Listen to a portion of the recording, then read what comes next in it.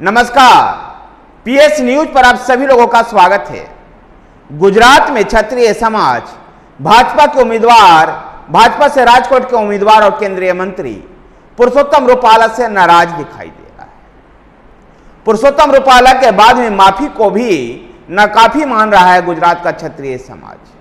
कारण है कि 22 मार्च को एक जनसभा को संबोधित करते हुए पुरुषोत्तम रूपाला ने कहा कि अंग्रेजों के उत्पीड़न के आगे महाराजाओं ने घुटने टेक दिए थे, उनके साथ रोटियां तोड़ी और अपने बेटियों का विवाह भी किया। इसको लेकर गुजरात का क्षत्रिय समाज नाराज दिखाई दे रहा है। या फिर जब मामला तूल पकड़ रहा था तो पुरुषोत्तम रूपाला ने माफी भी मांग ली, लेकिन उनके माफी के बाद भी क्षत्रिय समाज मानने को तैयार नहीं है।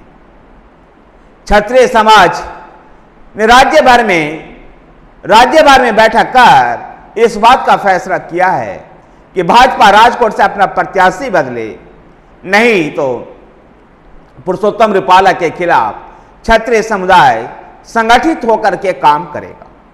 गौरतलब है कि आगामी लोकसभा चुनाव में गुजरात के राजकोट से केंद्रीय मंत्री पुरुषोत्तम रूपाला को टिकट दी थी भारतीय जनता पार्टी ने।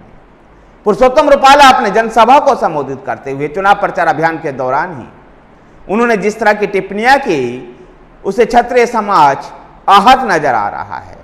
उनकी आहत भारतीय जनता पार्टी को कितना नुकसान पहुंचा सकती है, यह आने वाले लोकसभा चुनाव बताएगा। वैसे राज्य में सभी 26 के 26 लोकसभा सीट पर भारतीय जनता पार्टी का लक्ष्य है, विशेषकर गुजरात इकाई का लक्ष्य है कि सभी सीटों पर 5 लाख से अधिक वोटों से जीतना है। ऐसे में राजकोट में हुआ यह विवाद भाजपा को गुजरात में निर्विवाद बनने से रोक रहा है।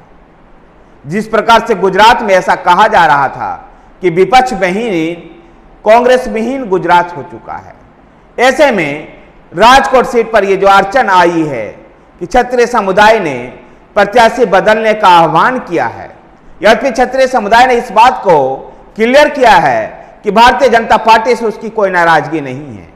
नाराजगी है तो पुरुषोत्तम रूपाला से, और उन्होंने जो माफी मांगी है वो दिल से नहीं है। चुनाव जीतने के बाद फिर वो ऐसा बोलेंगे जो क्षत्रिय समुदाय के लिए अहितकर होगा।